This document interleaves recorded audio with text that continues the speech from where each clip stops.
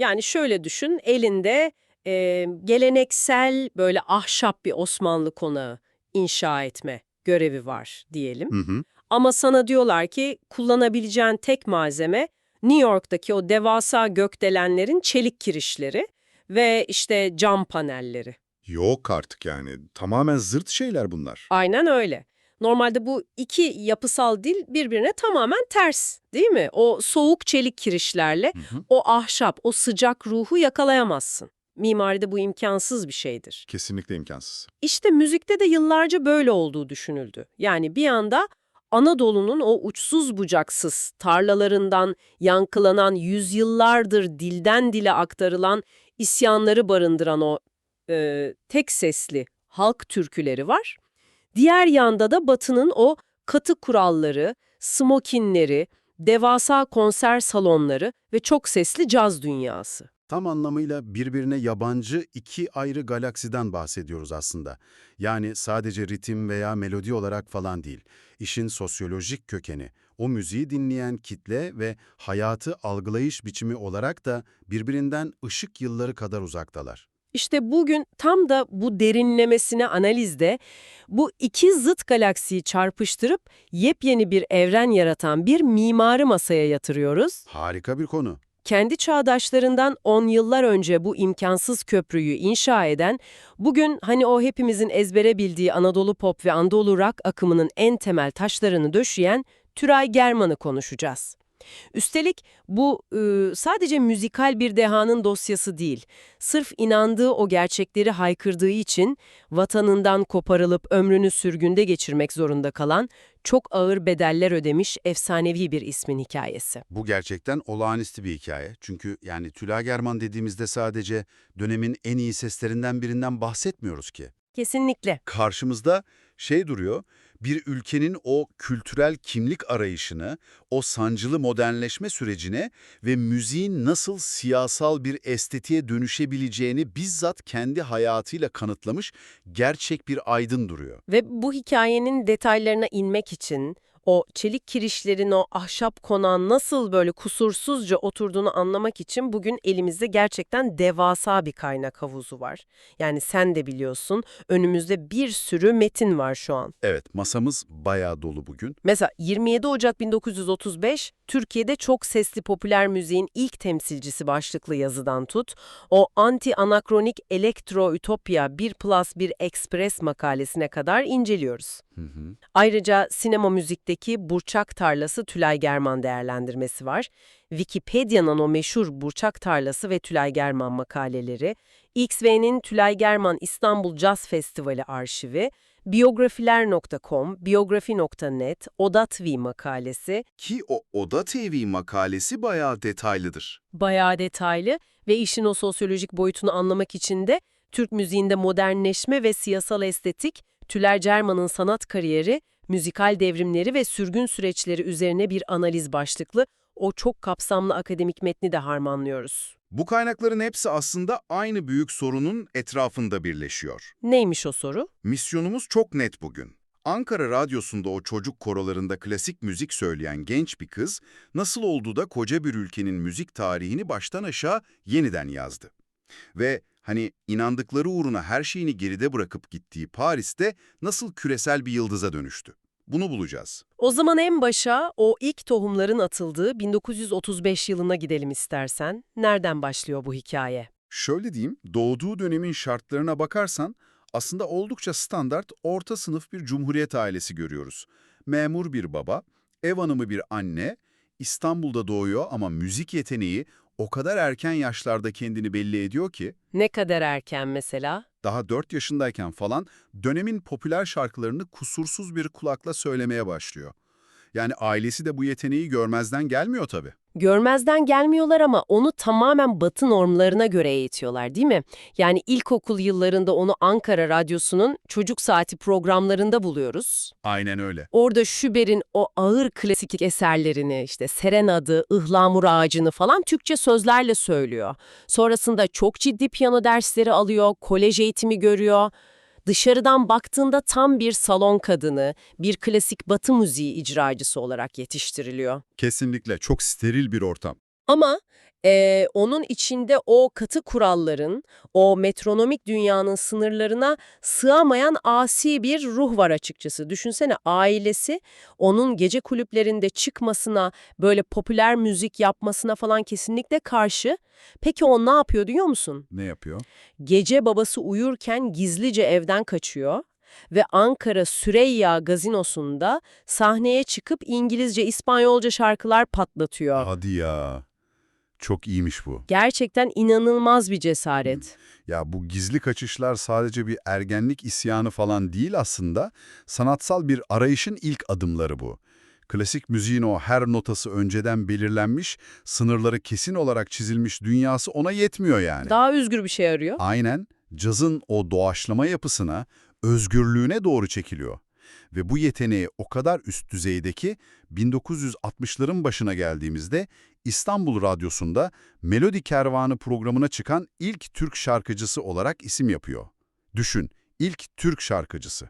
Vay canına. Herkes ondan böyle harika bir caz vokali olarak bahsediyor. Şık kulüplerde gayet elit bir kitleye İngilizce caz söylüyor.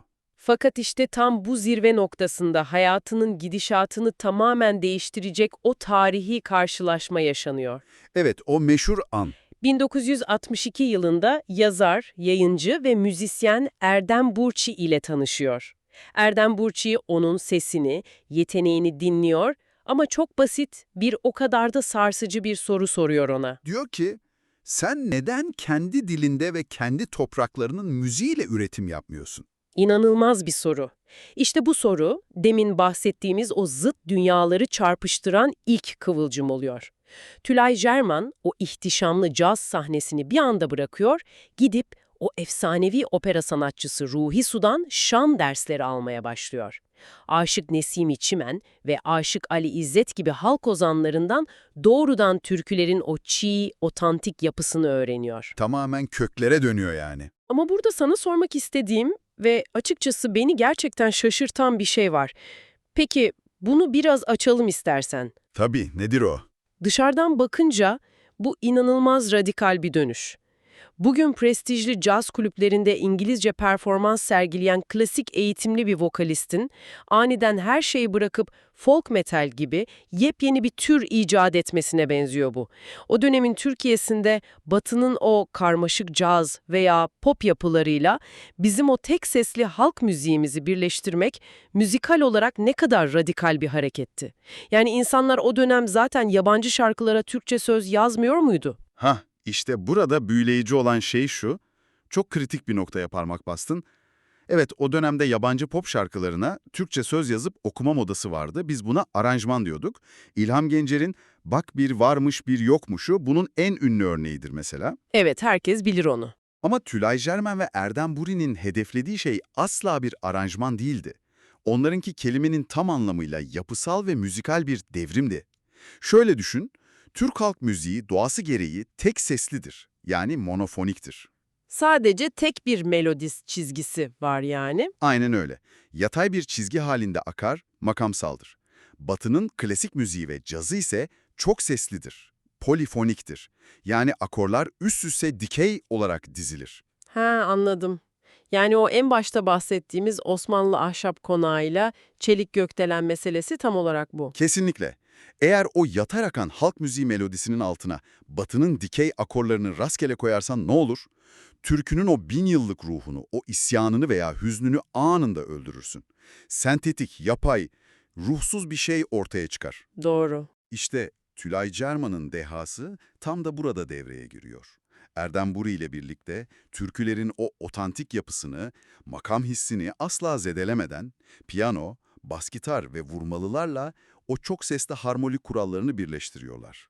Bu, müzikal anlamda iki tamamen farklı dili, kusursuz bir simyayla tek bir bedende eritmek demekti. Ve bu müzikal simya sadece teoride, stüdyolarda veya öyle entelektüel sohbet masalarında falan kalmıyor.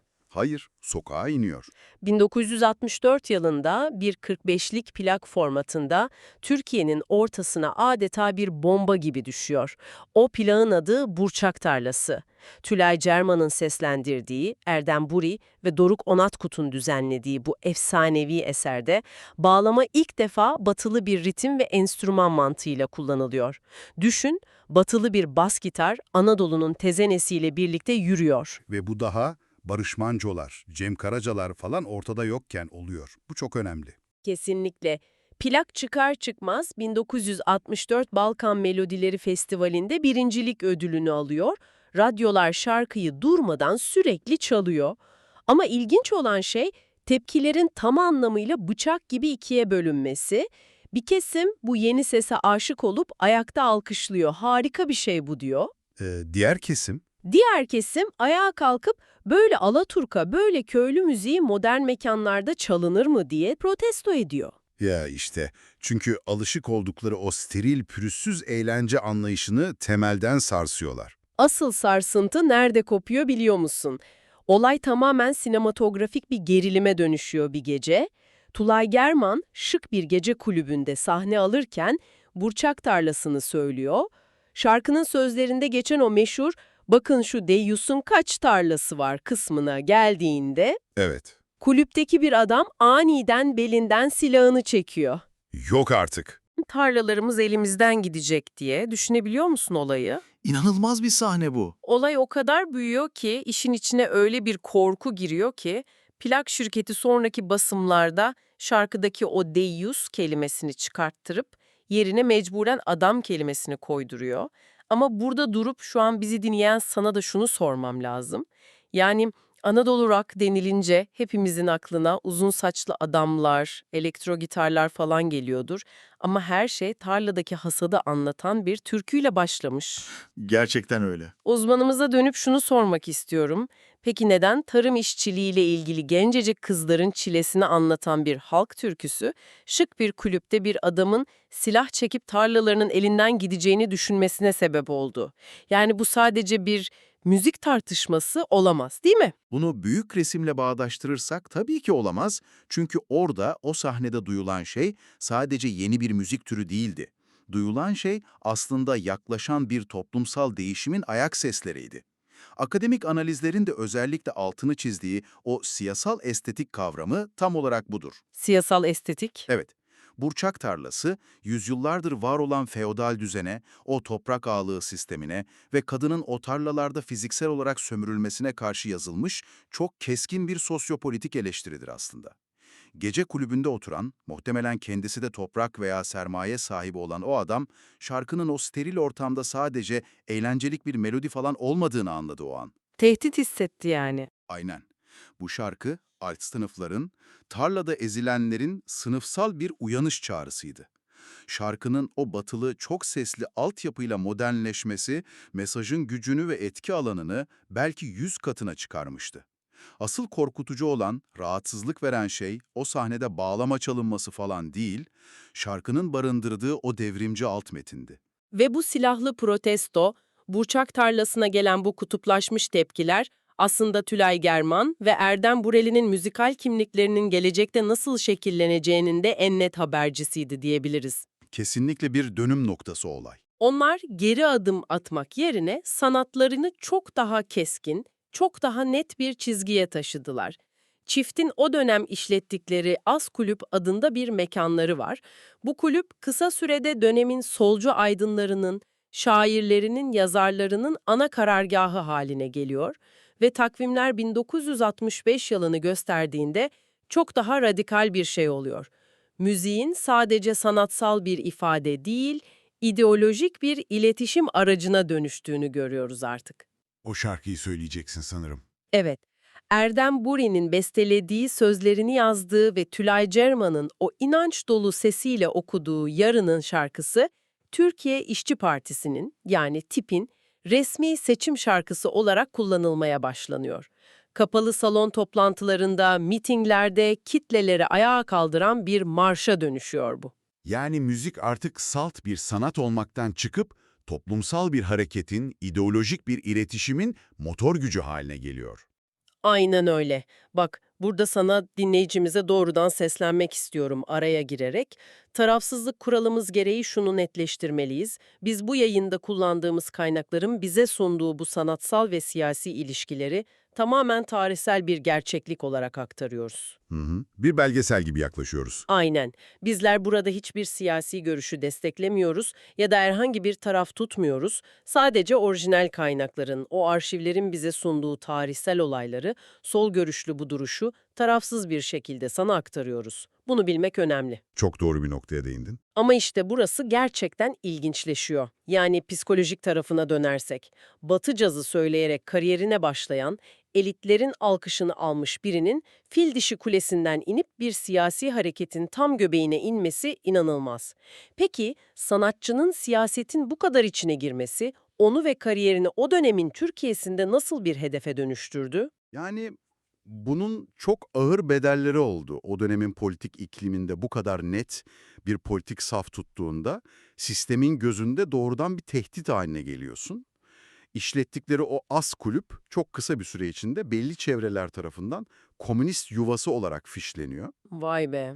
Mekanı yakma girişimleri oluyor, sağ görüşlü grupların hedefi haline geliyorlar.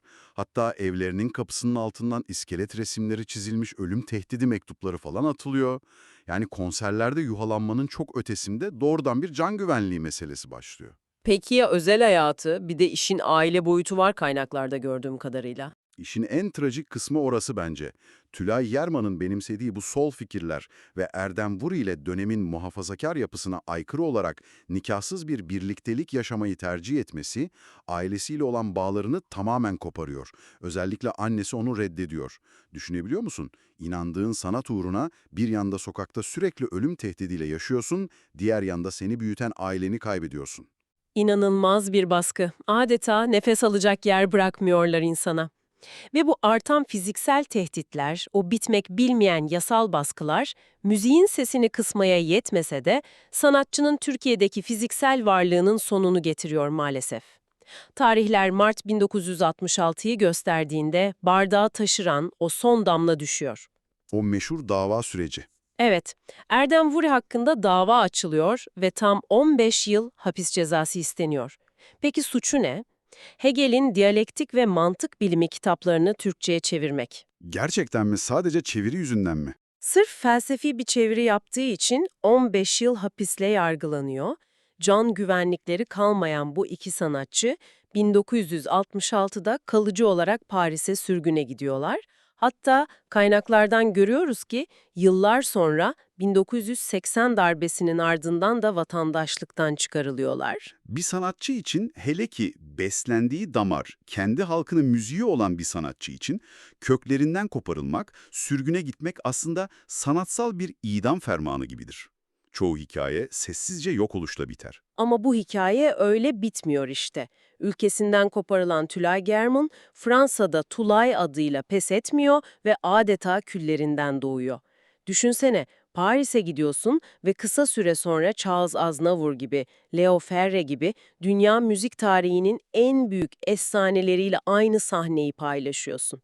Tam 10 tane Fransızca plak yapıyor orada. Muazzam bir başarı. Ve bence kariyerinin en epik anı 1981 yılında yaşanıyor. Fransa'da tamamen Türkçe okuduğu albümüyle müzik dünyasının efsanevi ödüllerinden Charles Cros Akademisi Plak Büyük Ödülünü kazanıyor.